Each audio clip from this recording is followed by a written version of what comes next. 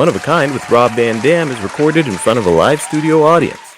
Yo, what's up? It's One of a Kind with RVD and Barbie. And guess, guys, what? Who's here with me today? It's Barbie and it's RVD. Rob, how are you, man? Barbie D. I should have said it that way.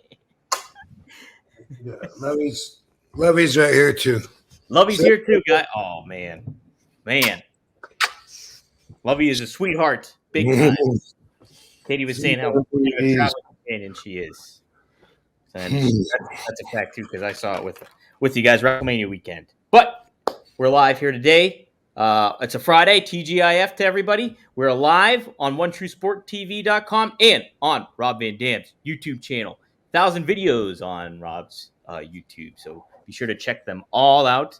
That's a lot of videos, right? A lot of videos there.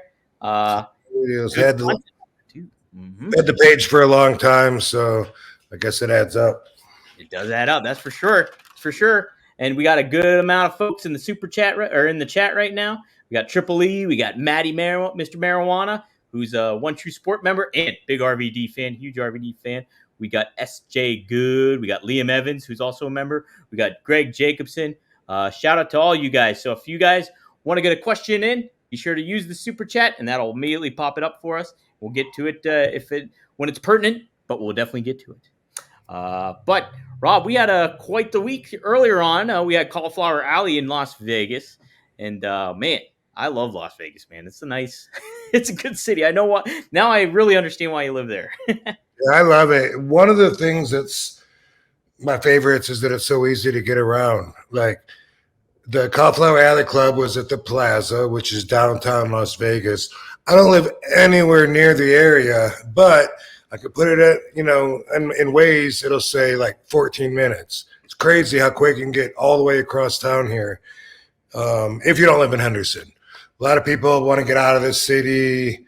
Henderson's popular and Enterprise, and there's always new areas building up for those people. I'm not one of them, everyone has their own dreams and stuff. So make sure you evaluate when you're looking at some dreams and make sure they're yours, not someone else's. Because you grow up and when you're a kid and you're growing up, everything that you know is just what adults tell you. You know what I mean?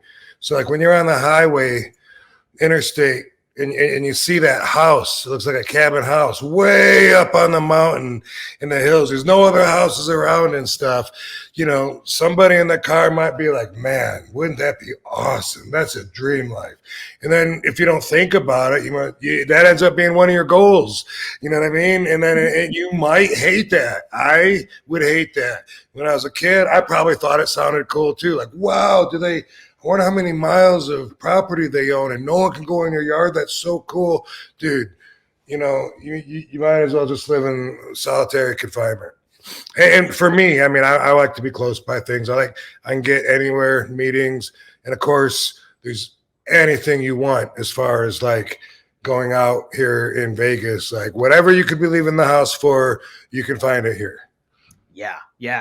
Rob, I'm the same way, man. Like, my younger brother, Marcus, he likes kind of living out of the city and everything like that. He wants to almost move back to our hometown of Ridgeway, which is like bumfuck Egypt, basically. And it's just like, I could not live like that. I got to be, in the city. I love the accessibility of shit. And I want to do something I can. If I don't, I can do that too. And that's the nice thing about it. So, yes. But the Plaza. Oh. Hey, baby. Hi, baby. All right. Yeah, growing up, it just seemed like the ambition that most of my peers had in school was to just finish up and take over their dad's business. They either worked logs or else they took their dad's business. They're still there. And for some reason, that's what they want, so we're all different. But I wanted to get out of Battle Creek and I wanted to see the world and, now I'm tired of traveling. I want to relax, settle down. But I was not going to work at Kellogg's. I was going to try and be famous, But House on a Lake is the same thing, like it always, or on the water, ocean, whatever. That always seems to me like ultimate dream. And like Katie like talks about it all the time. Like that's like ultimate, boom. And some of the like what I now with my experience, like I've known some houses that are on a lake, like up in Michigan, and they have bugs, they're in the middle of all these trees. And I don't know if it's because they're on the lake, but I imagine that draws certain life forms from the water that you wouldn't have anywhere else. But I mean, mosquitoes and just spiders and all that stuff. And we don't have any of that here. There's things to weigh out and consider. Privacy. If you live on the water, you don't have a private backyard because the water's looking at you. But that's something you might not think about when you just think, whoa, that'd be cool. But got to think it out, because they're all factors that have to do with your Zen. Right. Yeah. What balances out for you in specific? It's just like some people like living like that out there in the middle of nowhere and everything like that. But man, it's just not my cup of tea. That's for sure. Living in the middle of Manhattan, right? So, the right out in front of your door is a really busy sidewalk. You never have to own a car. You cab if you can't walk it. That's a life I don't even know about, and it's like, it sounds like it'd be fun to try for a month or two. I don't know, but it's just so different. And that's a good example of how different our lives are. Yeah. Oh my gosh. Vegas was a nice, it seems pretty dang accessible for in a lot of ways. Especially if you don't have a car. I was able to get to, downtown pretty easily via the Lyft or whatever, but, I wish that monorail would go everywhere. It goes to a lot of hotels, doesn't go to the airport yet. They talk about extending it, but I don't think the Lyft and cab drivers would appreciate it if the so there's always business that's going to stand up and give you pushback. Yeah, that definitely goes into play with all of that for sure. Something cool about the plaza you were talking about is like the mafia ties when it had the they were filming Casino there and stuff like that in certain aspects. And I thought I forgot about that, but you could definitely tell when you're looking at the plaza, that hotel and Casino, and it's like, okay, that makes plenty of sense. And I thought that was pretty cool, Rob. Yeah, a lot of people don't know that the steakhouse in there, they just know it's a really good steakhouse. They kept talking about it during the Cauliflower Rally Club. Someone said, that Medusa loved it. I don't know if Medusa knows or not, but Oscar's Steakhouse is Oscar Goodman's steakhouse, and he was our mayor for the whole. You could do 3 terms back then, and then when he had to give it up, his wife took over, maxed out. So they're very well-known people here, and he actually got his popularity way before he was mayor by just being a good lawyer, and he represented all the mobsters. So when you see the movie Casino, Oscar Goodman portrays himself as the lawyer who represents Tony Spilotro, Joe Pesci's character in the movie, which is Nicky Santoro, and also Fred Rosenthal, his character, what did they call him in there? Robert De Niro. Anyway, like okay. His real name was Lucky Rosenthal, and whatever they call him in the movie, I can't think of right now. But they changed the names. They got most of the history pretty accurate. And anyway, that's Oscar Goodman that's standing there defending him, and it's walking with Joe Pesci's character downtown where they're redoing actual footage of the real Tony Spilotro and Herbie Blitzstein and his brother Michael Spilotro walking with Oscar Goodman. They reenacted that. But anyway, Oscar Goodman was a great lawyer, and because of him, so many mobsters were they were acquitted or their cases were thrown out. He was really good at finding little mistakes, loopholes in the prosecution, and keeping them from convincing that they had 100% proof. That's some of it. I'm not saying there wasn't any jury tampering, but he never got accused of any wrongdoing himself, even though he represented all the bigwigs, even Meyer Lansky. And some of the guys that weren't from Vegas. But that's Oscar Goodman. I haven't met him yet. I met his wife. Hope to meet him while he's still alive. But what a character he is. And Oscar Goodman's Steakhouse is his. When I first first time I was in that restaurant, it was Firefly. And Firefly still exists here, but it's moved a few times. They had a few locations. It's a really good tapas restaurant. But I remember when I was able to look out the window and see all the way down Fremont Street, but you can't anymore because they have a zip line station that blocks your view if you're in the restaurant, and that was done intentionally. I was told that that when they came through to collect money for the Fremont experience down there, that Oscar didn't want to chip in, so that's what they did to him. Wow, that's crazy. So it was just like a stab to him about like allegedly. I'm sure it was also convenient for business, but it almost seemed like you could keep that from being there if you had enough power, because that view was just unbeatable. Seeing all the way down from the beginning and looking down the tunnel of what is Fremont Street. If you don't know that much about Vegas, Fremont Street is covered, and now the whole ceiling, which it didn't used to be obviously, but the ceiling does like these light shows and stuff. So to be able to look all the way down at like a damn kaleidoscope was something that was very valuable to the restaurant. And now you see the back of a I don't know, I guess it's what you climb up to get to the zip line. Yeah. So, I don't know if you can still kind of see a little bit around it, but they definitely lost out on that one. Yeah, that's a kick in the balls right there. No fun. But Cauliflower Alley was a lot of fun. That was my first experience there. Really cool stuff. I think the really neat aspect of it all was like you guys like giving back to your colleagues and everything like that, and like just this communal kind of aspect when it comes to it. Like you had Sting take an hour to sign autographs and take photos, and all that went to the charity. Kurt Angle did the same. You donated like $100 and something for tickets when it came to like the raffle tickets and stuff like that. Fonzie, who was inducted too, he got just spur of the moment gave his 3 ECW belts, had you guys sign them and put them up for auction and stuff like that. So it was just, I thought that was such a cool aspect of it all. And like, bringing a lot of people from all different eras together was super neat to see. You saw some younger talent there. You saw modern talent, and you saw like legends like you guys there too. And it was just really heartwarming and a lot of stuff, really cool stuff. I liked it a lot, Rob. It was. Think you'll be back? Yes, I definitely will be back. I'm going to make it an annual thing, I think.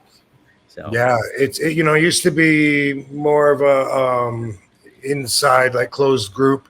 From what I understand, that was just for the wrestlers to have membership, and they opened it to the fans. And I mean, a membership to Cauliflower Alley Club is only like $25 a year, if I'm not mistaken. And then you pay extra to when they bring stuff to town to donate towards the dinner and the whole events and all that. But it's very charity driven and it's very peer driven. So that's what's really cool about getting the awards, is it's not something that was just voted on by the fans. It's like, it feels like the business is saying, hey, we're proud of you for representing us in this way. So it really hits home and means a lot. And also at the same time, the charity that is Cauliflower Alley Club, what they do with all the money they raise is they help wrestlers out who are in times of need. And so I have found out like some of the things they've done, I had no idea. They gave this guy a little money, they helped this guy out with his hospital bills, this and that. What a cool thing, and how can you not support that if you're in the industry? 100%. And if you're a wrestling fan and stuff like that, like Rob said, like literally I bought an annual membership like this year, like right before I went. And it's only like $39. It's cheap. And you're there for a year. You have an annual membership. You can go to this event, and all you do is pay for the week, basically, and pay for your hotel. And it's a great experience if you're a wrestling fan. It's very communal, and it's such a cool thing. I was so happy for Fonzie, too. I love that the Cuban Assassin inducted him. He gave such a wonderful speech. You could tell how much he loves Fonzie and everything like that. And I almost got emotional just seeing Fonzie being so happy. That's how happy I was. So it was really, really cool, Rob. I'm definitely going to be back. And I think it's too. I noticed too. So much of this is undersold. I think it's not viewed a lot. Like, I would love to see a lot of more modern talent kind of be there and make an effort to kind of get there and stuff like that. I know a lot of them are busy with the current events going on, but it would be neat to see that more of that people showing up there and supporting it. I hope it. I want to keep. I want to help out. That's what I basically want to do. Right. Well, here's the thing about as we age, guess what? The younger guys get older. Yeah. So, so that's what happens there. We saw Buff Bagwell and his wonderful girlfriend. Yeah, Stacy, she's so nice. So nice. Yeah, she was I great. didn't meet her. I just saw her and thought she was wonderful, but they called her that a few times also. He called her that, and the introductor called her that, whoever, everyone was. So she seemed like it. But, I see Haku there every year. I love that guy. I love seeing him, And like you said, that was Stinger, Alice in Danger. Yeah, well, I guess we already named pretty much who was going to be there before, but I get a kick also out of like the old timers that whether they're just members forever or they put it together, and I'm still tickled pink that they know who I am.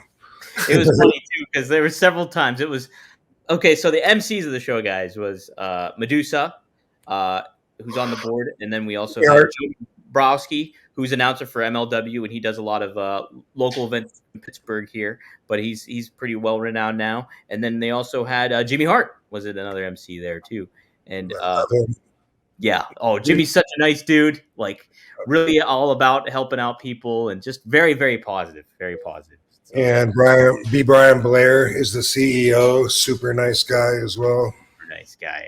Absolutely. Bob Orton was there too. I saw Bob Orton there. Trying to think who else was some other notable names, but yeah, guys. Lex Luger presented Sting his award, the Iron Mike Mazursky Award, I believe it's called, and then Kurt Angle was awarded the Lou Thez Award, and that was pretty neat too because Kurt was talking about how he got to meet Lou Thez, and it was like a long time coming. They both felt, and I thought that was a really cool aspect of it all too. So, which, by the way, that's the award I have on the wall up there, the Lou Thez Award from probably COVID when nobody was there. It's my luck.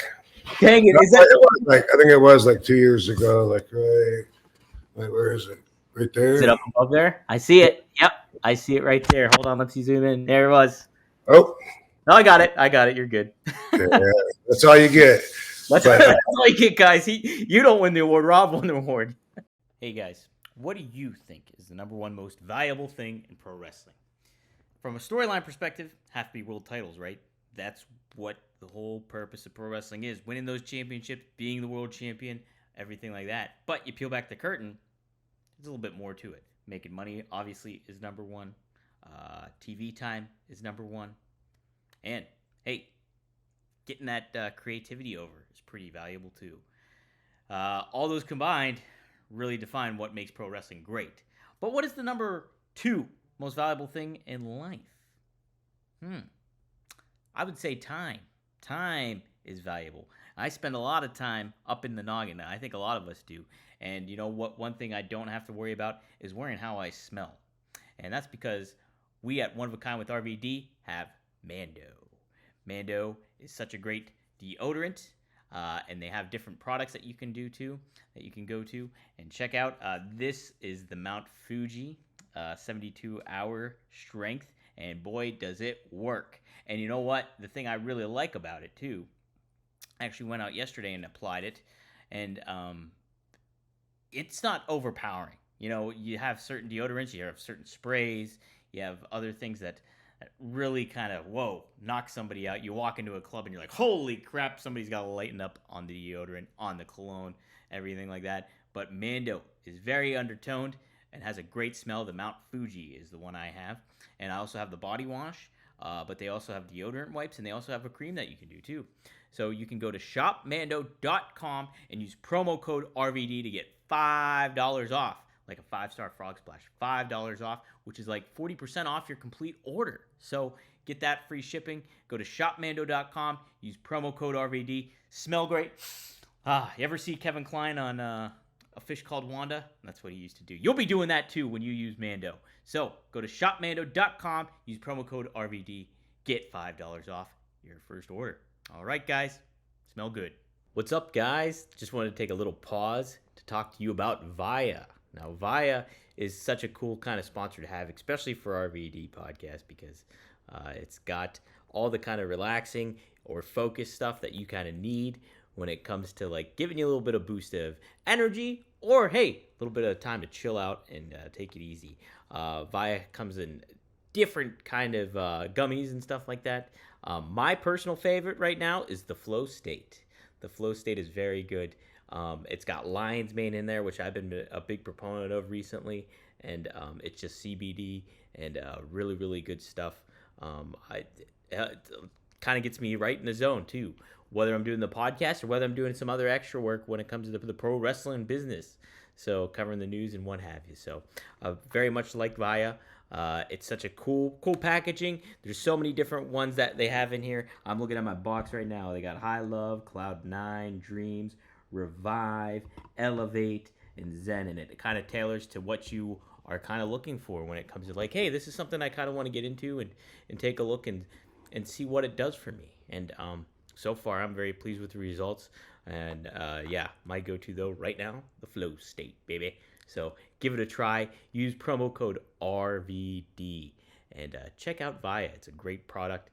We're happy to have them as a sponsor on the podcast. You know what? Did you find anything about Jim Ross? Why he wasn't there? No, I didn't. I haven't heard anything. I didn't know if he went to London for All In this weekend or not, because I know that's going on. But I don't know if it was like just a situation where he couldn't make it or anything like that. But yeah, I hope all is well with him. But he was presented the Jim Ross Award, the inaugural Jim Ross Award. Jim Ross was first induction. And they put it, I think Joe Dombrowski did a very nice job kind of encompassing what his career was and what he meant to a lot of people in the business. So it was really nice. Trying to think, there was another speech I really, really liked too. That I liked the independent wrestler. What was his name? Gary. Yeah, Gary Jackson. His speech was great. I just like, it was cool to see that. It was like touching upon everybody. And yeah, and he had the thing about him is he had his rules. Yes. Right? Rule 1, I'm going to beat you. Rule 2, I'm going to cheat to beat you. Whatever it is. Then rule 5, remember the rules, whatever it was. Yeah. You remember all the rules. It was fun stuff. It's a good transition to some rules that I got from Raw. You know Raw? Yes. They sent me another box, dude. So I just want to say thank you. Look at this, like a huge box full of jars and papers and tips and a solar lighter. What the hell? Yeah, cool stuff. And I want to say thank you, Raw. Y'all are too cool. And they sent me this poster that has rules of smoking. So what? Spark it up if you got them. I'm going to read these 10 rules. It's the raw smoking rules, right? Yeah, look at that. Dang, that's sweet. I found it entertaining. Agreed with all of them except for one, maybe. But anyway, for the tokers among us. Number 1, puff, puff, pass, except for glass. Number 2, always pass to the left. Keeps it clockwise, right? Number 3, thou who rolls it, sparks it. Number 4, ash before you pass. Definitely, man. Don't be handing me that fucking granny ass fucking thing about ready to fall in my lap. Number 5, do not pass if it's cast. Bro, you're handing me a doob and you let it go out and then you fucking hand it to me. Anyway, 6, lighter thieves will be prosecuted to the fullest extent of the raw. Oh, I like it. Number 7, the cone is not a microphone. I can't wait to use that when someone's fucking like, and then also, man, you know what we should do? Hey, it's not a microphone, dude. Number 8, thou shalt not drop the joint. Number 9, a wet J is never okay. Oh. If you don't know about that, that has a lot to do with spit, wet lips. People go, here you go, bro. And you're like, ew, bro, why? There's a term for it that's very racial, and people know what I'm talking about, so I don't have to say it. I haven't heard that in a while. That's probably a good thing. But anyway, it's not cool. Number 10, if you're sick, skip. Cool. Whoa. Smashing the rules. Boom. Dramatic camera fall. All right. Anyway, thanks, Rod. And I just thought I'd get that in. I know we got other stuff for third party. While we're talking about, I don't even know what this is. Mando, right? Mando, that's what I have. It's the deodorant. It's great. It's Did you have them send it? You had them send it to me then. I had him send it to you. Yeah. Okay. Shopmando.com, promo code RVD. Get it and you get a discount on that. So check it out. Mando's great. I have the Mount Fuji is the one I do. I used it today, so it smells great. Okay, I saw that Mount Fuji. Let's see, we got deodorant, Pro Sport lotion, and acidified body wash. And I guess it's for men. Is that why it's Mando? I'll definitely use these wipes, dude. Yeah. I love deodorant wipes. All right, Mando acidified cleansing bar. Mount Fuji, that's what you were talking about. Yeah, that's great. Use that, bro. That's me. I use that too. All right, well, cool, man.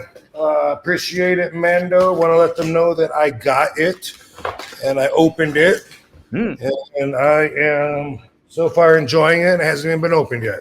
It smells great. My cat wants to smell me all the time now, and he's messing around with my fucking earbuds right now. That ass. Cool. But, all right. So there's that. Speaking of Rob, though, I want to also talk about RVD420.com. You got some new products on there, and I want you to help me out in kind of describing what they might be, giving me a little bit details about the difference of them, because these are I'm not used to. So we have a beaker here, an RVD beaker for $90. And that's brand new. We have the RVD cup too. Now the RVD Invasion collectibles was already up there, but the two on the side, the RVD cup and the RVD beaker, is are new products. Rob, is there a certain difference between the beaker there and the Invasion collectible, or is that kind of the same thing, just different shape? Well, I can't tell, but the cup one makes me think that it's a dab rig, but I can't really tell without seeing the bowl. And but it's it's a preference thing. Obviously, it looks different. It's going to smoke different. You get a different smoke from every variable. From how big the thing is, from how much water you can put in it. There's a lot of like double filtered, multi-chambered glass pieces that go through a roller. The water goes through a big roller coaster of NOS before you actually take it in, and a lot of that's just fun, but a lot of it is also functional for like a filtration. And these are pretty simple and straightforward. I believe one of them is a giveaway. I just like reposted or I shared the invite to post, but it says that Greek Glass is going to give away. Doesn't say it on that one. It must be the other one. Yeah, I have them on Instagram too. It's RVD Glass giveaway. I don't know.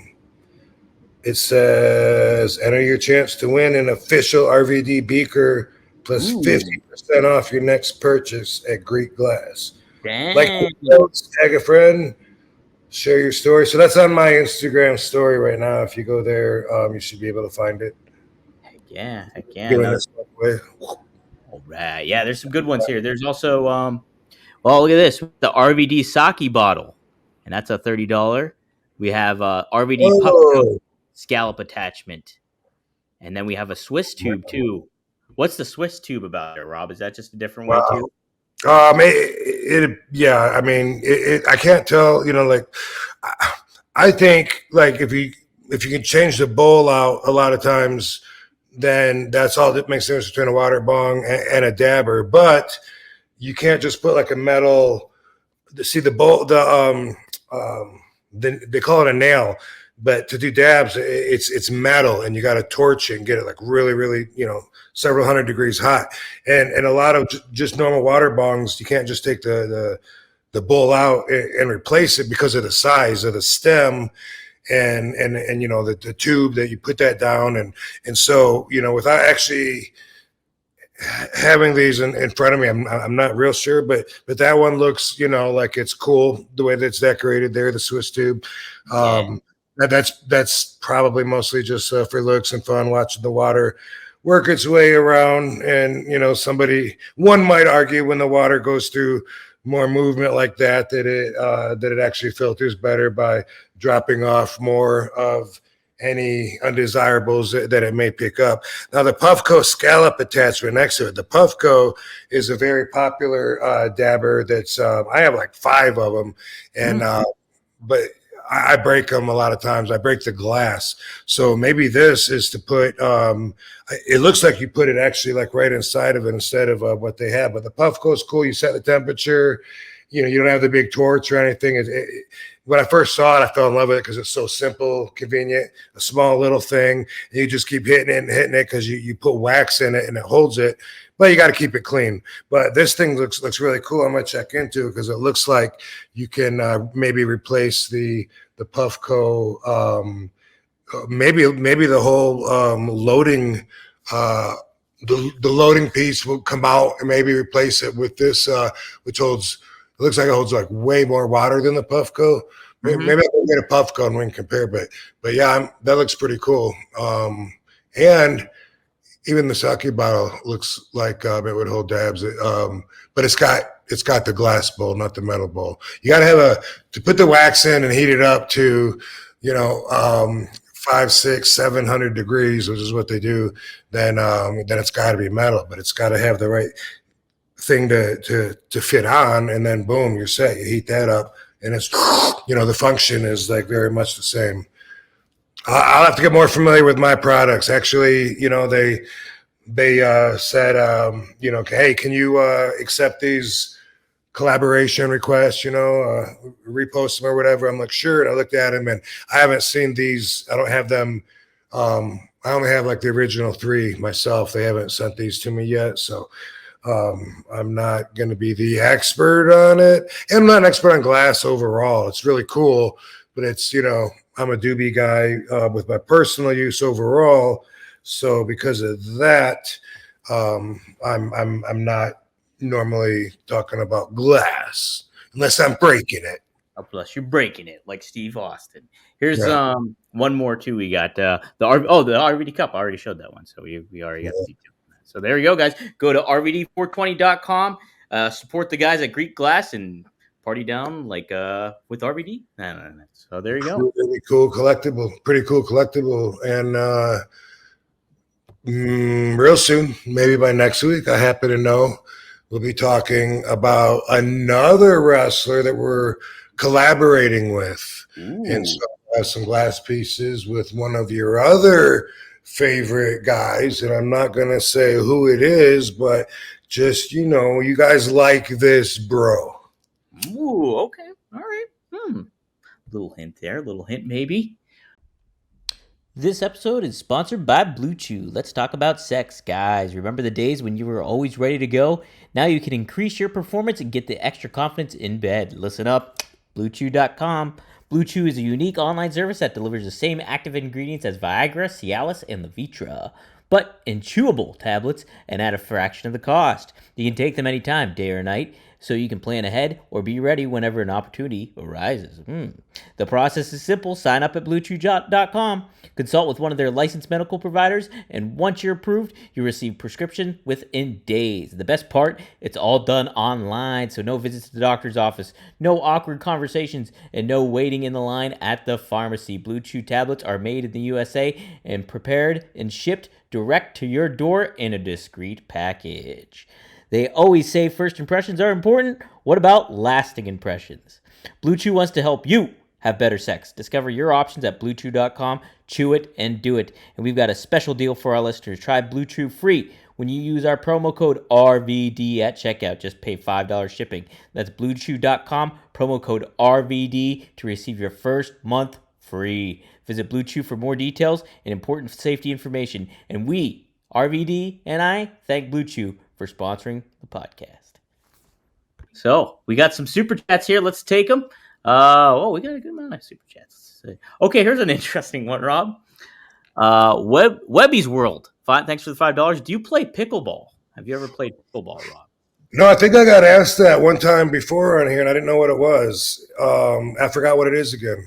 Yeah, it's a popular Pittsburgh thing, but I've never played it either. I don't know if it's like racquetball or handball or something like that, but it's really, really popular around. I know there's like pickleball teams around these parts. So interesting. Yeah, I don't know anything about it. It's a funny name. Yeah. Is there a sport that you did like to play in gym class or anything like that when you were growing up as a kid? Let's see. Well, we had seasons, right? Baseball, nah. I played baseball. I hated that, like the jocks, like Ryan Vanderwall and who else? I don't know. Mike Van Vliet was cool, but I hated, that they were just, chewing gum and cocky because and they seemed to be better at sports and it fed their ego and I always thought, why do we all have to learn how to play baseball anyway? We're not going to be professional baseball players. But anyway, during soccer, kick soccer, I like to kick the ball. The rest was like baseball, just running the bases and shit. That was fun. That was mostly, I think, like a kindergarten through fourth grade kind of thing. Football, hated it. Basketball, hated it. Do you like volleyball? It was all right. Volleyball was okay.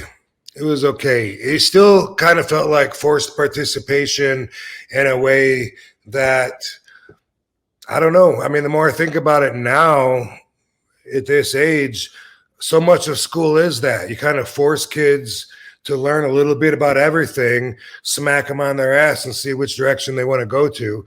And you end up with, well, why did I have to waste so much time on a fucking typewriter? We don't even have typewriters anymore. Yeah, right. I don't remember, I liked wrestling, but I quit. Actually joined. That's one sport that I actually joined to spend my own time on after school and try to get into it competing. But I found that my goals were inconsistent with the other wrestlers and with the coach. The whole agenda was to lose weight. I was like 165 pounds roughly when I was a junior. And the coach was saying, that's good, man. You can probably get down to 135 and they'll be wrestling, the smaller guys have a big advantage. I was like, I want to weigh 235. I'm going to be a professional wrestler. I'm like, well, look at the 200-pound wrestlers in high school. You want to wrestle those big monsters? No. So that's it. With high school wrestling, you're either freakishly big and that's your edge, or else it's a weight game where you try to lose weight. All the wrestlers I looked at that had the reputations for being really good, I didn't really notice, but they kind of got skinny, wiry arms, and they're in wrestling, it's like, hey, let's put on 8 fucking coats and like run for 4 miles and make ourselves throw up. That sounds fun. I was thinking, you know what? I'm not like gifted in the size department. I'm not like exceptionally big or abnormal, but yet I want to be a professional wrestler. So that's one stream that I'm going to have to swim up, against the current. And I didn't need any more working against me, like starving myself during my growing years. So I don't remember any other. So I joined track, quit, didn't like it. And I think the answer is no. I don't think I was ever really drawn towards any sports at school. And I don't think I played them after school. I mean, martial arts, but, I wasn't like in a city softball league or anything. Yeah. Did you like dodgeball? Dodgeball was okay, but, it sucked getting hit in the face or for me, it was like, it's good when you're doing good. It sucks when you're on the other end of the stick, Yeah. I don't remember looking forward to it. No, I was always amped up for dodgeball. Now I was awful at throwing, but I was really good at the dodging part. I was great at that, but throwing, I sucked at it. I would always get out doing that. So, but sport wrestling, amateur wrestling. That's what was the big deterrent for me is I would see guys having to run in garbage bags and sweat out all their stuff and try to make weight. And then you look too when they they get out of school, out of high school and stuff like that. It really f's with your metabolism and stuff like They're that. they're all like 5'3", Yep. Mm-hmm. little dudes. Not all of them, but a lot of them are. A lot of them are, yeah. And they did it to themselves. To themselves there. But I do kind of wish I did learn some of it, or take it at least for a year or something, to just kind of learn the basics, because I think it's just a neat way to handle yourself too, if need be, in a scuffle, if you will, or some sort. So I wish I could have paid attention more into accounting and maybe taken some business management courses, which I doubt they offered that at my high school. I don't know how deep into that pathway I could have gone, but I wish I would have collected a lot more information in that area. I wish I would have paid more attention to geography. Never had any clue it was actually going to relate to me in my life, And so in history, I love history now, but only certain parts. I probably, still could get bored by being force fed, depending on what they choose to teach us, I guess. But that's always the way. And to the victor goes the spoils. What? Anyway, I appreciate history a lot more now, and learning it now, I find it's quite different than what they were trying to teach me at school anyway. Complete different history, yeah. Mm-hmm. There's a lot. You have to go out of your way to do added research to find out really what likely went on, instead of what you read in the books that they got in school for you. Man, big time. Here's a question. Now I'm trying to interpret it this way. Guys, did you watch Kurt Angle's funny story about RVD? Kurt said Rob told him to wait a few minutes for a smoke and came back with 100 ideas. You know what he's talking about there, Ken? Yeah, I saw that. I saw that in an interview. Kurt was talking about me, and he was putting me over. I remember saying, the kid could fight, so if anyone had a problem with him being stiff, he'd handle it. I remember him saying that they asked him, could he? I think they asked him, could he still work fine, when he after smoking, and he said better. And then he said, when we go to talk, maybe no ideas were really coming out, and he'd say, let me go smoke, and then I'd see him later. He'd come back with like 100 ideas. He had all these things he wanted to do, and that's what he said about me. Oh, okay, that's cool. Yeah, I was speaking with Kurt this week here about you, and yeah, he basically reiterated that. Wow, Rob can fight, big time. Yeah, that's what he had to say about me, huh? Like we didn't fight each other. No, he knew you could handle yourself. That's for sure. That's. I was gonna say, to an extent, like you can tell when you're in there with someone that's legit. I always say you really can't tell a lot of how somebody could really fight outside of the ring when you're in there with them, because what you're doing in there, you want everybody to see. On the street, you want to hide it. You don't want anyone to see it. You want it to last. You want it to be entertaining. On the street, you want it to end as soon as possible so that you don't get hurt. There's so many opposite agendas between getting paid to make the fighting art entertaining, as opposed to just trying to win a fight, which for me, the main goal should always be just to end it. If it's not to end it and you're not getting paid to make it longer, then what the hell are you doing?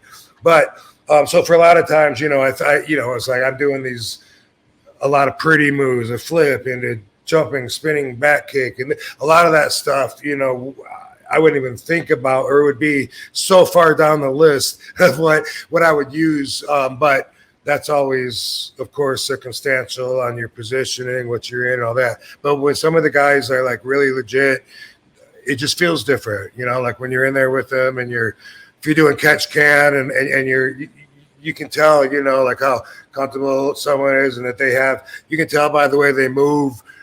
It's not their only option. It's not the only reversal they know. They have several, and they're just doing the choosing. Maybe they'll do several. Maybe next time you get me in this, I'll do a different. Whatever. So you can tell quite a bit, but not everything. So those are two different looks at that same thing. A lot of people, you would have no idea exactly what they would do outside the ring if they had to defend themselves based on what they do in the ring. Sure, you can tell, you get an idea how tough we are, how good we move, how quick we are, how flexible, if we can kick high. You get a good idea of putting a whole bunch of qualities and factors, in the chart, let's say. But for the most part, you still don't know. But when you're in there with somebody that can really, really go, you kind of do know. You feel it. I could only imagine, when you're working with Kurt Angle or somebody like that, and that guy is another level kind of athlete from the amateur wrestling background and kind of knows and has been this. It's so and JBL mentioned this, not JBL. My goodness, who introduced Kurt? It was JBL. JBL said about Kurt how he had to go back against everything that he was taught in amateur wrestling, knowing that having this regimented, almost scripted out thing that basically you have to do, and going up against everything that he was trained to do, not get on your back or not do this stuff. And he caught on pretty dang quick. And he did. Yeah, I also had an issue, and I've talked about this. I don't know how in depth I talked about it here, but I got a really quick punch, from kickboxing that Kit taught me. Mm-hmm. Your jab move is going to be quicker. It's in front of you. Your power is behind you. That's your base. You start with a quick bam, jab, whatever, and you step through, your body rotates into the power. I think people understand that basically. But in order to throw that jab effectively, you want to hit it. You don't want to, people to. So I always learned to not only to throw it really quick, but all kinds of ways to disguising it. If you think about it, even if my arm is completely fucking up and down, and then I'm trying to get it but okay, if the only movement you can see is this shrinking because it's getting smaller as my fist is coming to you, you're not going to be able to see that as much as seeing, something, if you can see more movement, it's just a line that's just getting smaller, except for bam, bam, bam, you know what I mean? Mm-hmm. If that makes sense. Anyway, you hide your punches, you disguise them, you don't want your opponent to see them. I had the shittiest punch, my first, holy crap, I don't know, 12, 13 years in the business. And when I look back at it, I can see it. Mm-hmm. To me, when I'm doing it, I'm thinking boom, boom, boom. This is a really good quick punch, but it looks like crap. It looks weak. And every once in a while, somebody would say something to me, dude, you need to work on your punches. And I'm a great puncher, I knock people out.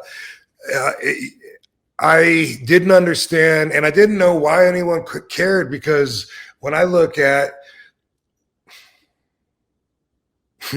okay, let's name them. Let's say The Rock. I hate The Rock punches. He uses this and does a rolling thing on your forehead. Anyway, you know what I mean? The whole fucking, and a lot of people grab the guy and then they fucking punch their own hand, and they have to hold the guy's chin for every punch. And basically, there's so many guys that are so over that throw shitty punches. That's why I didn't get it. Why is not everyone, but why are these certain people every once in a while so hyper focused on my punch when I'm fucking kicking ass, all around, and these guys that are making top fucking money throw the shittiest punches I've ever seen? What is it that makes them fucking care so much about the punch I'm throwing?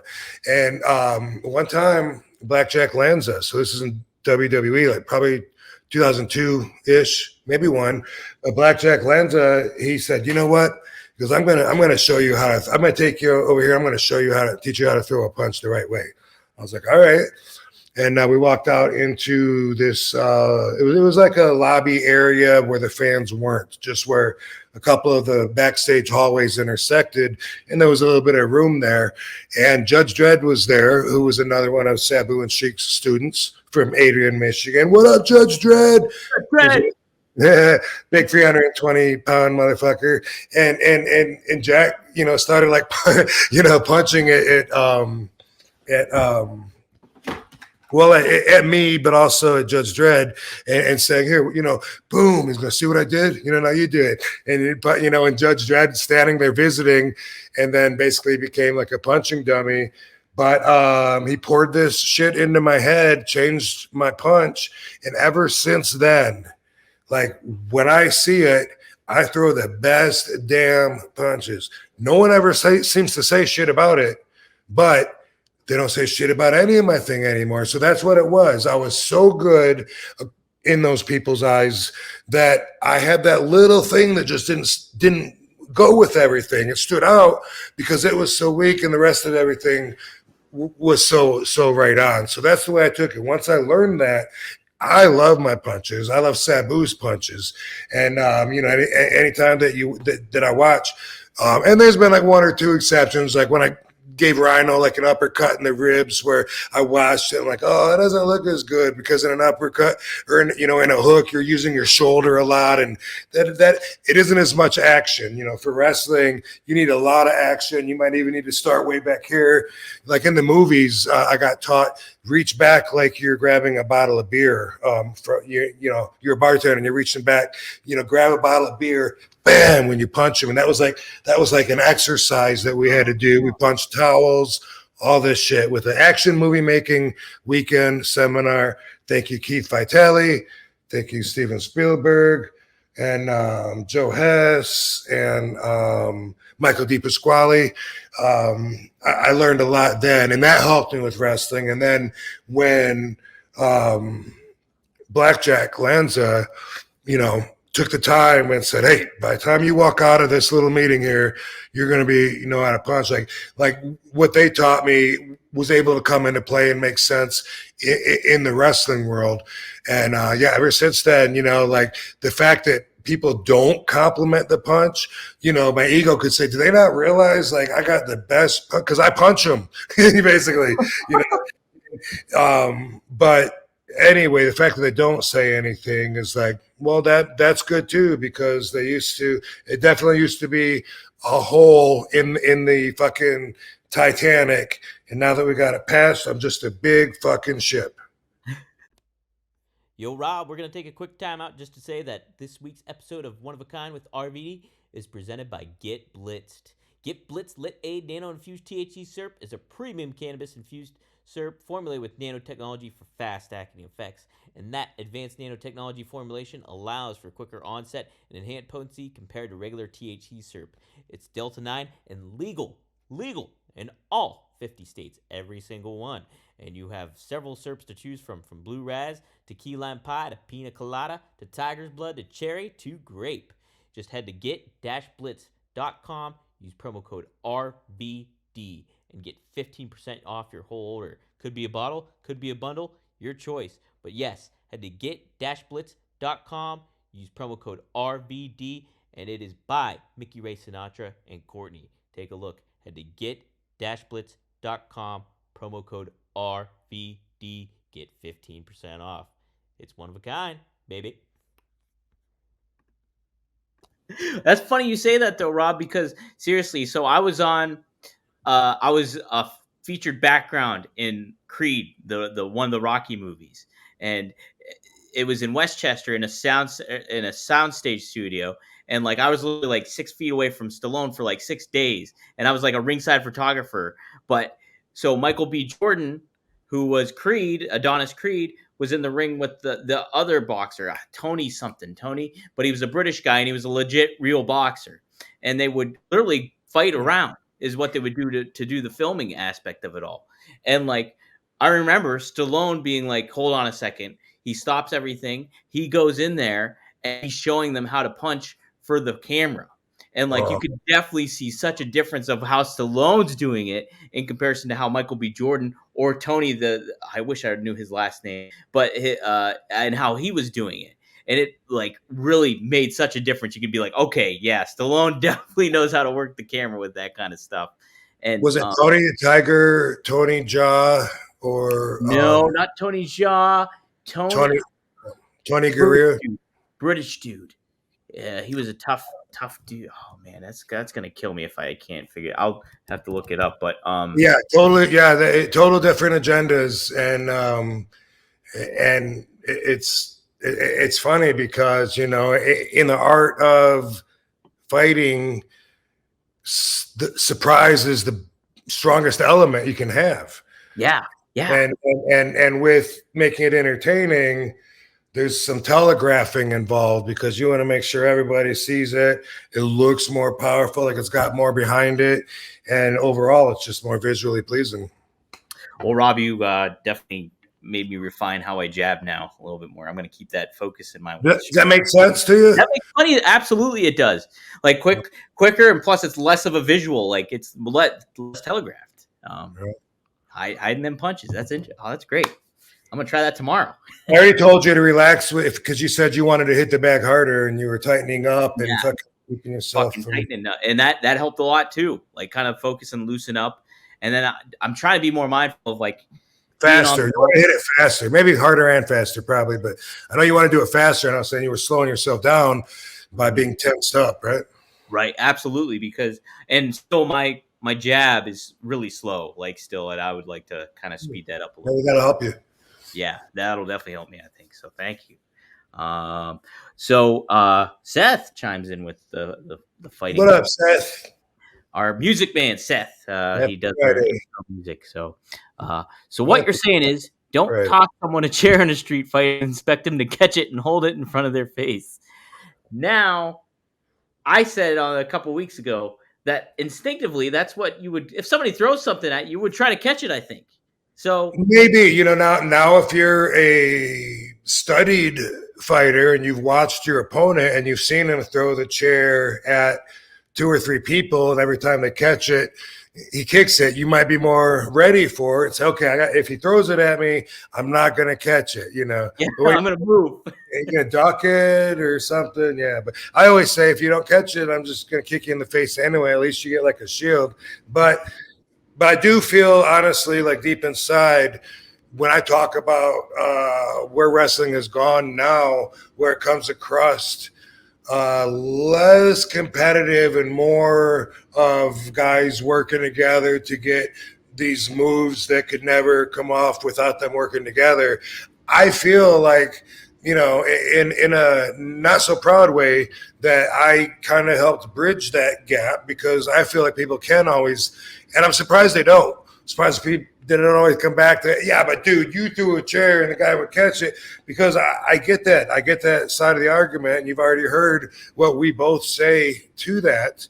But to go from there to where it is now, where, I'm going to pick you up and then jump over you, and then I'll land underneath you, and then don't worry about it, I'll sell it. Like, what? Wait, who's doing what to who? Like, to me, the Canadian Destroyer is a perfect example of that. Before they do the Canadian Destroyer, here's a question for the chat room. Before they do it, a lot of times they're standing on the second rope, and then they jump down, right? And they land, boom. And they land, and they got the guy like in a pile driver, powerbomb position. And then they go into a sunset flip. And then the guy that's standing, flips, rolls back, flips, whatever. My question is, what does bouncing off of the rope do? I don't get it. It's not like they bounce. It's not like they're going for height. It's not like they use their momentum. They jump down and then boom, they stop and do a sunset flip. I don't get it. If anybody gets that, wrong answers only. No, seriously, I would love to fucking know. When I had my match with Jack Perry, I remember Cornette talking about it, because a few fans said, hey, did you hear his comments? And he said, I don't get the roll before the Rolling Thunder. Well, admittedly, that wasn't the best Rolling Thunder. I did the roll, and my momentum kind of stopped, and then I had to jump into the move. And the people popped because they recognized it. But I can admit, I rolled, I stopped. I didn't mean to. I just didn't get I was afraid that my feet were going to be stopped by him being too close to me. And so I'm trying to roll extra tight. And in that, I took my momentum, and instead of exerting it, I sucked it in, into where I had to finish the move. I feel like every time someone jumps off the rope into that fucking Canadian destroyer, that they're purposely jumping, stopping, and then going through the move. And I don't get it. I don't get the move anyway. I really don't like it. It's representative of the whole new kind of wrestling that says, hey, let's both hit the same rope. I don't get that. You hit the rope, and then I'll go and hit the same rope and then run by you. And I don't get any of that. That's all bundled together in my mind and my peers, my generation's minds of shit that, like, nah, we wouldn't have done that back in the day for a reason because we don't like it. Do you feel the same way about the Spanish Fly too? Or you know Yep. that move? Yeah. Yes. Like there's that moment you mentioned it, the Canadian destroyer where they stop. And it's not a momentum thing. I was kind of thinking of, oh, maybe it's the momentum. But now that I think about it, no, they stop and then they flip. It's like there's that pause. It doesn't make sense. I don't get it. And you know, wrestling has gone that way to go to the extreme direction. All this death wrestling, trash stuff, right? It's like I've always said, they use dangerous, crazy high spots to actually literally take place of the wrestling. So, you know, I see on Instagram, you know, like on like one move reels a lot of times and shit like that. And sometimes it's just like, oh my God, like why would anybody fucking do that? But almost always when there's a high jump, there's no move. There'll be like two guys and they grab each other and they both look down and they both kind of like jump and then like go through a bunch of light bulbs and wood. And then I'm like, what was that about? Like what? I don't get it. I mean, it's because they're not wrestling. There's not a move there. It's not one of them doing a move to the other one. And I'm mentioning like an extreme case that's a lot more recognizable. But I see that in a lot of the in-ring wrestling nowadays with the young guys' moves that look like that to me, where it's kind of more like, wait, you both got each other around the neck. You both jump up. You both land on your knees. One of you sells it, one doesn't. I'm so confused. Yeah. Well, I won't say this person's name, but he's a WWE Hall of Famer. And I remember being at an event, and he was witnessing two younger guys go over a match over and over and over again. And like when they were doing it, he was like, what the fuck are they doing? Like, it's like, you know, what if something goes differently, something doesn't plan out, you have this whole thing rehearsed. Fucked. It's just like you're not playing to the crowd doing that. And Right. yeah, this guy has some tools. So I would, if I were a modern wrestler today, I would kind of be a little cognizant of such. I hope there's still interest in us OGs talking about the difference between old wrestling and now for a long time, because that's like really always the subject. It seems like when people say, what do you think about the wrestling today? And the fans know it's changed. That's why they're asking, and it's asked in interviews and everything. Brother, I better not be orange. I like orange. Am I orange? No, you're good. You're good. Yeah, you got the tan rocking. I got a touch of a tan, but I'm still pretty pale. I was Son. help. Yeah, it helped me out a little bit. Help me out. Hey, let's help Gem the Dawn out. Who's a faithful listener. Name one place to eat / a dispensary in Vegas. I'm going.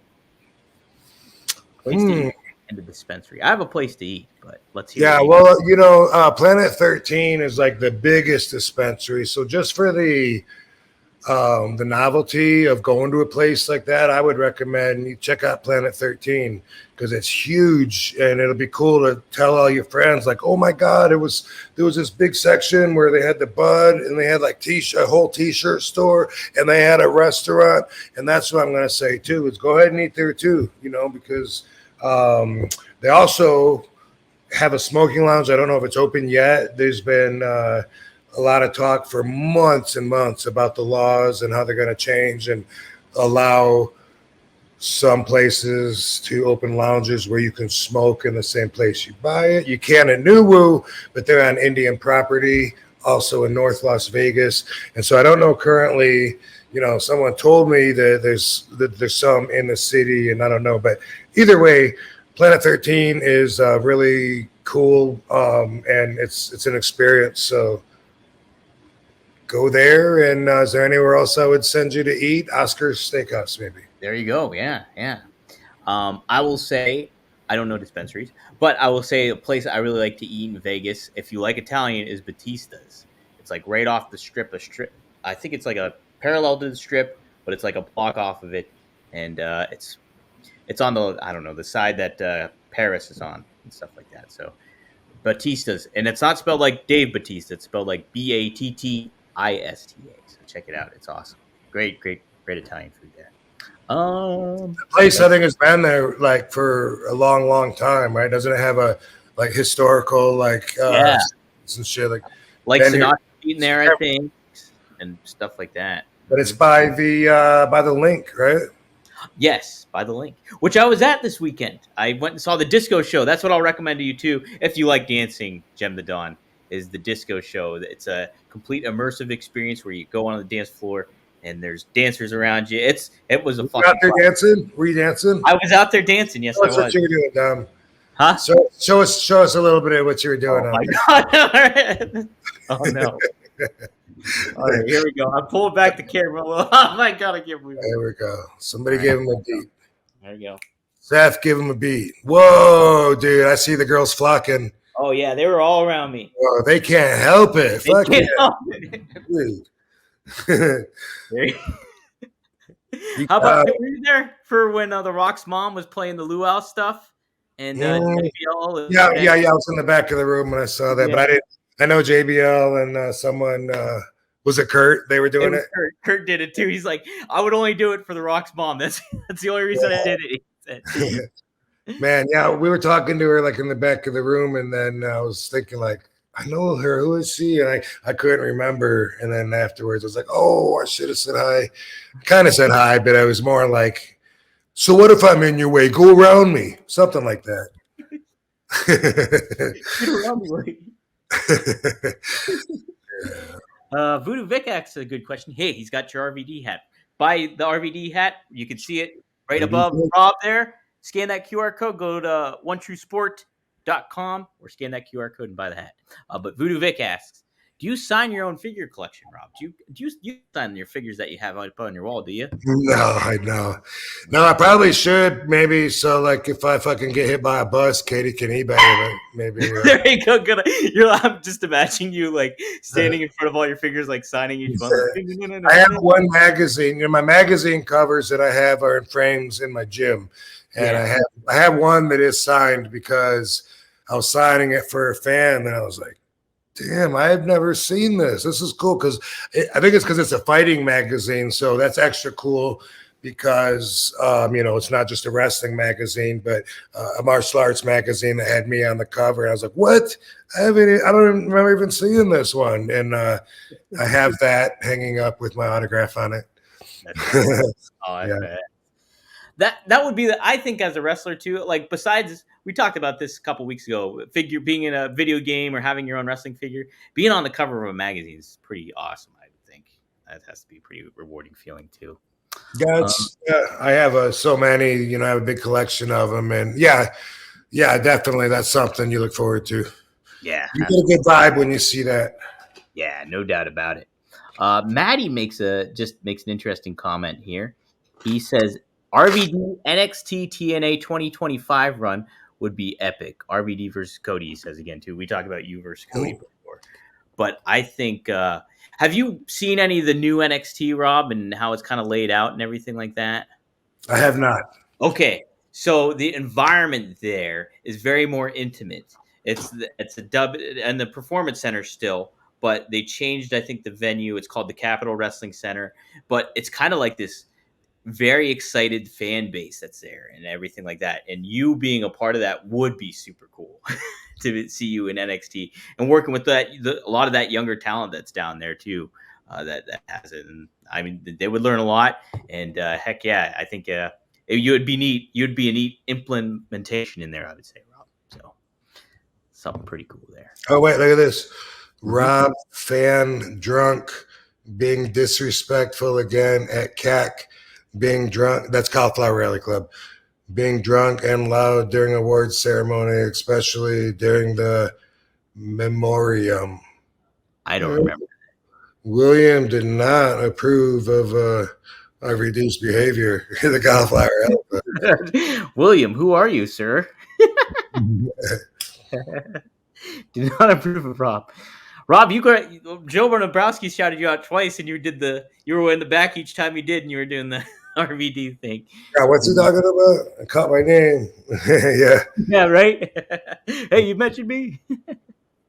Let's see. There's a couple other. I honestly thought I was gonna go up and say a speech for him or whatever, and I was like, I think they would tell me, and he was like, oh no, just do it, and I was like, I had like nothing prepared, but I wasn't worried. I was like, I'll go up there and talk off the cuff if they want me to. Yeah, but Brian had told me though that they were so tight, and that a lot of people were requesting stage time, and they had so much to do that he had told me, because I was talking to him about going up on stage to talk about a different project that I've just been dropping mentions of.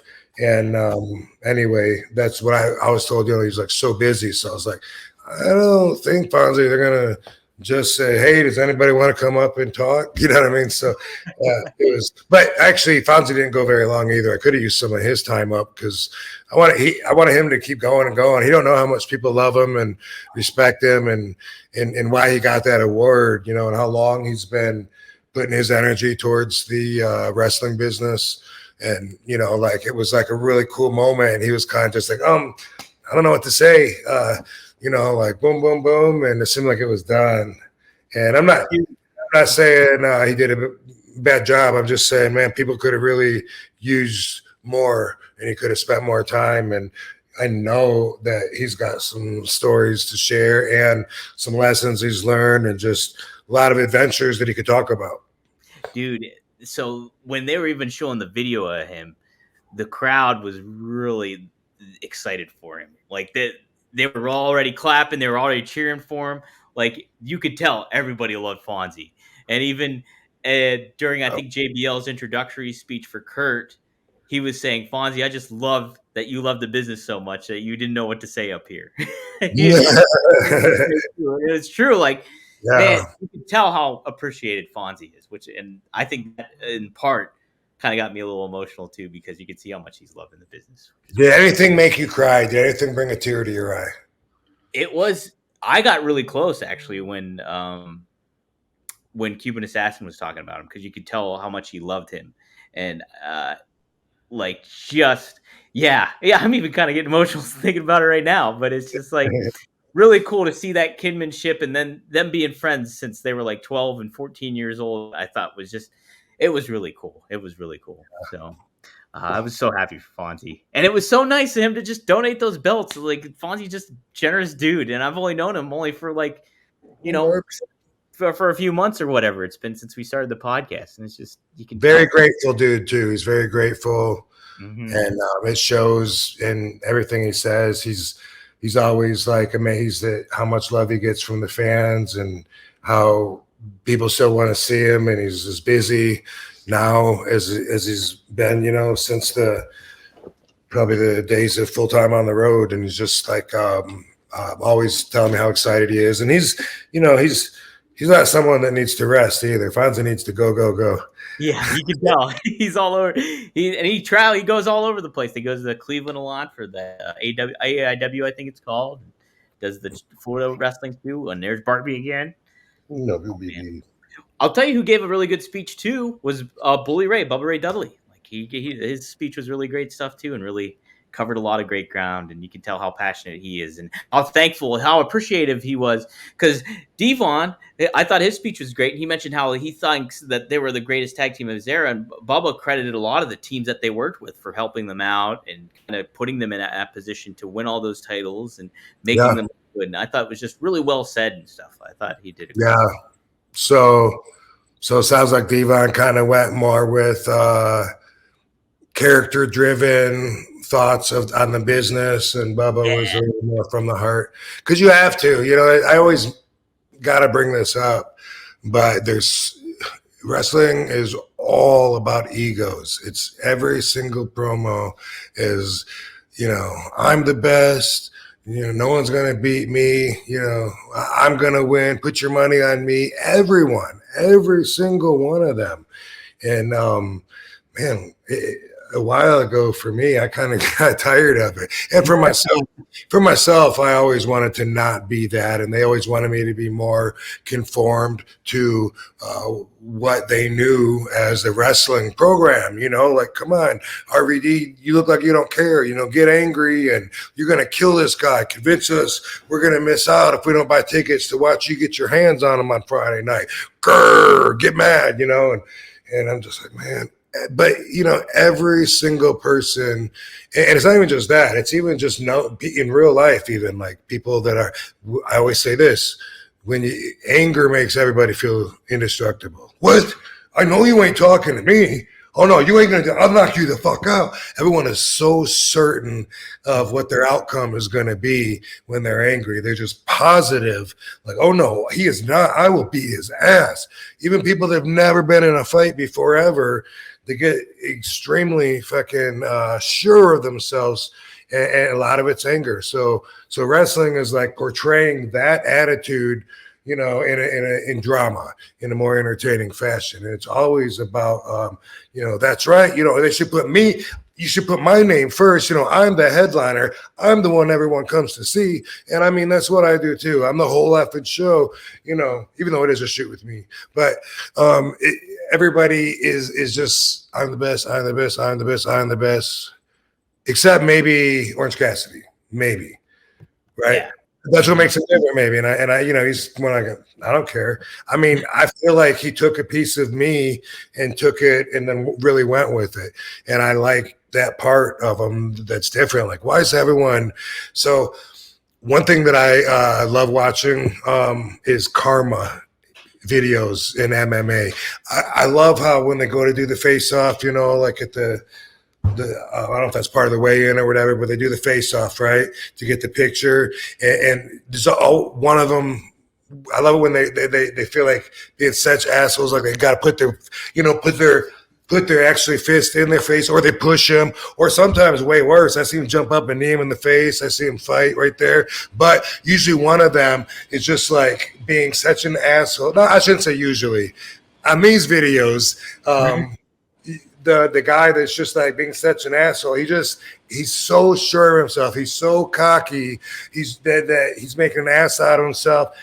And is he really sure of himself, or is he just trying to intimidate the guy, and it's just like a technique because he's not sure of himself and he's trying to get the advantage of it? And you got to wonder that. Either way, I love it when it goes to the actual fight and the dude that was really cool goes and the guy just fucking falls out, or worse, he's pounding on him, guy's tapping out. But either way, I love it when the guy that's so positive and the guy that's an asshole, I love it when they get their asses kicked, especially when it's like really, really quick, because I hate all that drama and stuff. And I know it sells tickets. It's the energy that wrestling does in their promos, and I get that people get behind that. But, you know, for me, I think, what about the consequences? You know, like, dude, you were talking so much shit. You had everybody laughing at your promos, thinking you were so entertaining. Okay, they just saw you snoozing while your blood was spitting blood out all over the canvas, and the other guy was dry humping you. Dude, you got to live with that forever, bro, forever. Yeah, right. I couldn't go through emotional ups and downs. And I just love that karma. Like, I think that's like, you know, success is the best payback. What's the phrase? The best. Revenge. There you go. Success is the best revenge. Anyway, true though. Yeah. I love that shit. I want to get more perspective on what you think of Orange Cassidy, because people see him pockets, doing some of this kind of stuff. But then I always see the moments too when he kind of turns it on and is like, gives that kind of babyface fire that you want to see, like that fighting aspect that he does incorporate. And like, I look at it from the wrestling perspective of, yeah, that's the entertainment product and he's different than everybody else, but he always still kind of knows when to turn it on and get into that kind of athletic, competitive aspect of it all. Do you kind of feel the same way, or how do you feel about just the gimmick of Orange Cassidy in regards to? I like the idea. I like the idea from what I've seen, which is all I can talk from.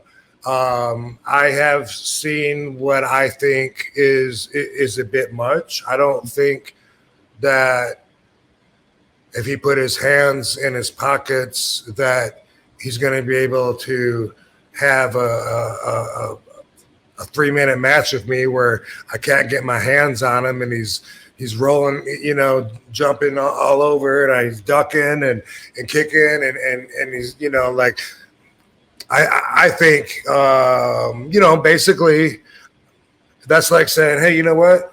Let me tie my hands behind my back. I'll kick your ass. So if I'm having a match with that guy, I think I might just kick him in the stomach right off the fucking bat just for the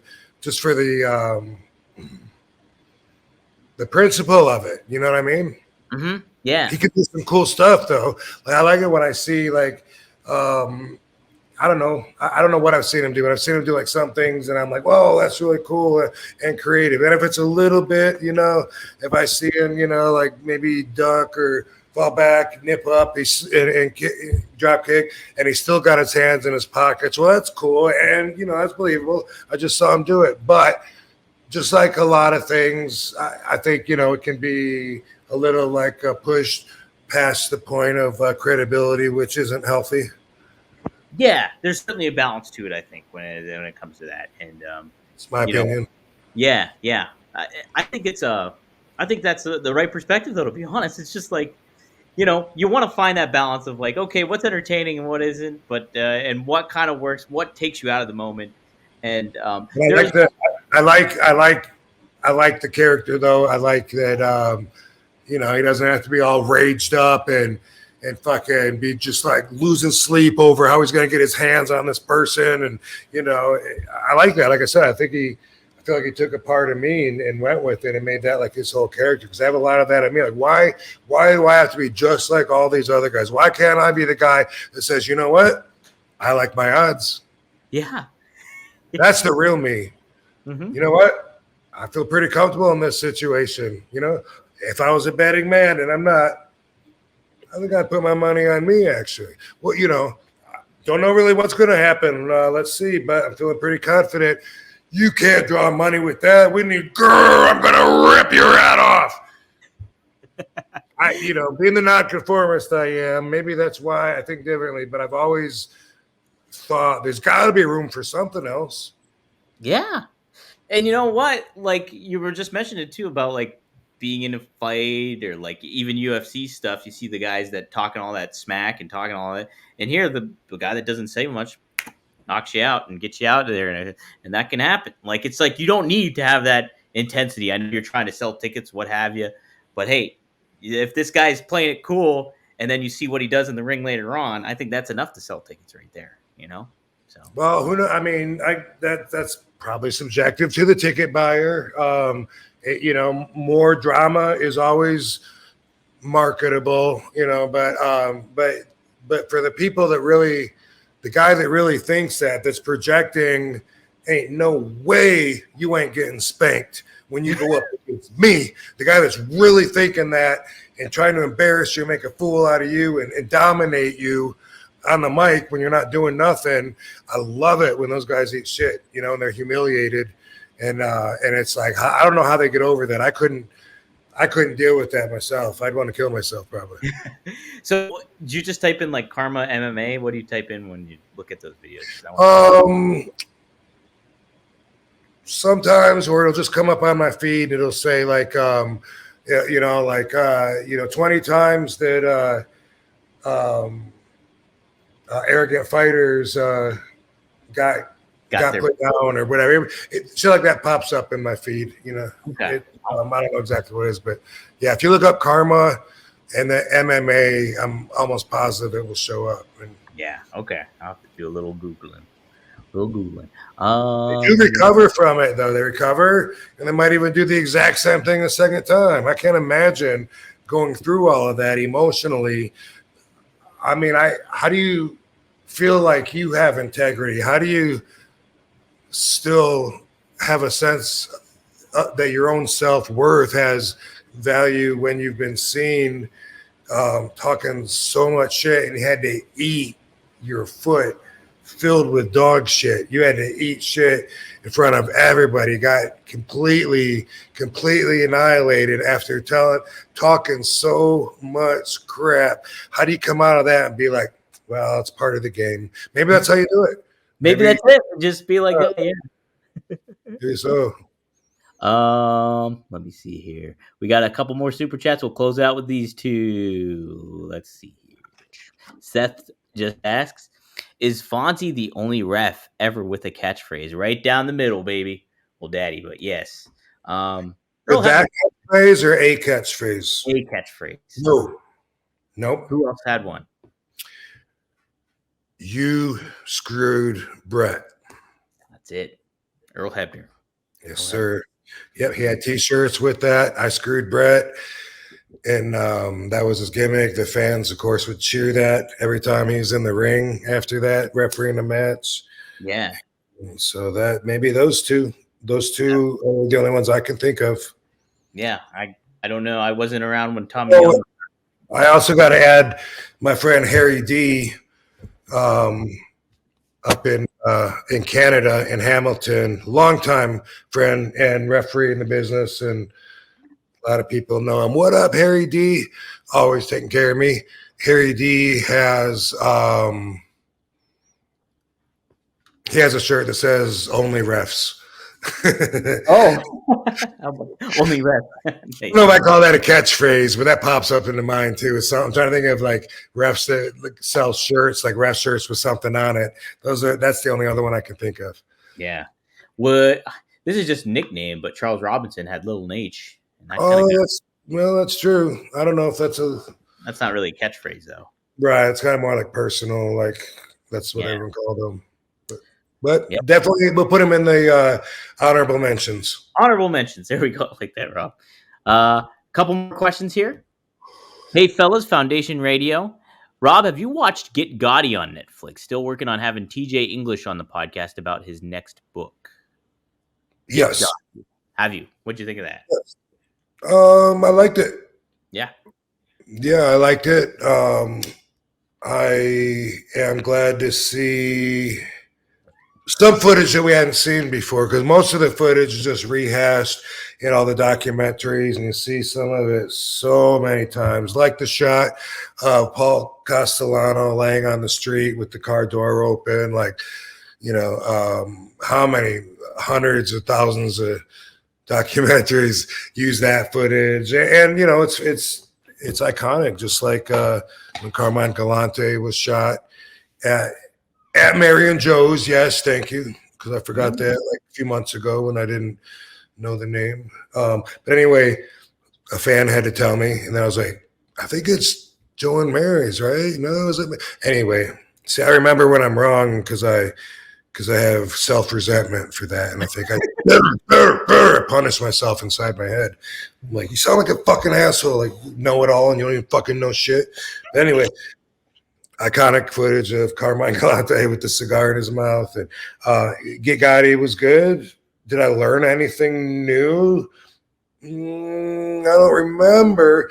I don't think I really, when I watch those, I don't think I learn new facts too often, but I mean, sometimes I do. Sometimes like a character won't be mentioned before, and then you find out who it really was or whatever. But also the timelining, the more of those I watch, like when it compares the timeline of what's going on in the mafia world, that's really interesting. It can bring a different perspective together, like, oh, that was the same time as, the murder of the three capos, and then, and oh, okay, yeah, they used Sammy's place to do that, and then Sammy was here and they were okay in that when Johnny was doing this.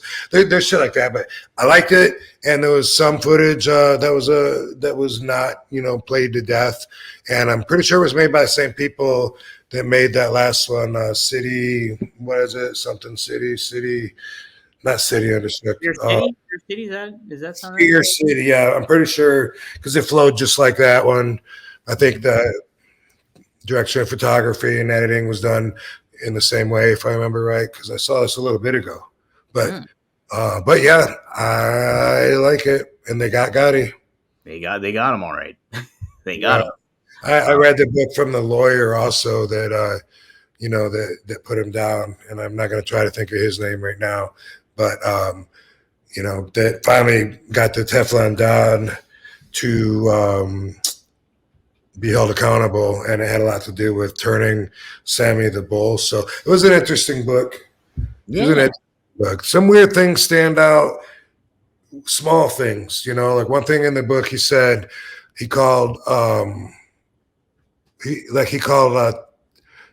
Bellotti. I think he said he was a captain when Paul Castellano was boss. And I'm like, that's really weird that he thinks, because he was the underboss. But I wonder if the intelligence at the time didn't know that or something when he wrote the book. Because it's not a new book. He wrote it back in the fucking 90s, in the early 90s. And I wonder, because sometimes when you look at those old charts, which I love the charts with all the pictures, and they draw them up and have the all the lines. I love looking at all those and trying to, but a lot of those aren't that accurate. If they were just what they were going by, some of that information, is not correct. Sometimes they find out, these guys are dead, or he doesn't even work. He's not under him. He's above him, and I always find out that there's like little things because they had limited information, and they had illegal wiretaps and they had stooges, informants, and basically that's kind of how they got most of their info. Yeah, man, it's fascinating. It's so bad, like to know all about the mob stuff from all the different cities and everything, and how some of them have their ties with one another across from it. It is so fascinating. If you're interested at all in the mafia tie-in with the President Kennedy assassination and the Fidel Castro Cuban Missile Crisis and that whole area from 59 to 62, maybe 63, like in that area, there's a great series called Mafia Spies. I had to buy a new channel just to get it, and then I'm planning on canceling it probably, but it's a 3-part series and pretty extensive. I enjoyed it. Oh, okay, so you watched it already and stuff. So yes. Okay, I will definitely. That, and there's also one called American Godfathers, which is also a new one, came out maybe 3 weeks ago or so. What channel is American Godfathers on? Can't remember. Just look it up. So Mafia Spies and American Godfathers. I'm typing it in the chat for everyone. Yeah, I like that area a lot with Mafia Spies because a lot of people just think that when it comes up that the mafia worked with the CIA, could have had involvement with the John Kennedy assassination. A lot of people put that all as just theories. Mm-hmm. But if you watch this, you'll see it's fact that they work together. It's not unknown, accepted fact that anybody killed Kennedy. It still goes down. The Lee Harvey Oswald was the lone assassin, and there's no for sure facts outside of that. Some of that is theory. But as far as the CIA going to the mafia and working with them on several projects, that actually happened. It's documented, and you can even hear a lot of people that were involved talk about it on that documentary series. Okay. All right. Yeah. Mafia Spies, everybody. Check it out. Google it up. We'll close out the show with this one. It's not a super chat, but people are curious about it. Vintage 92. Hi, RVD. I saw you in a movie with Steven Seagal called Sniper Special Ops. How did you get a role for that movie, and what was it like working with Steven Seagal?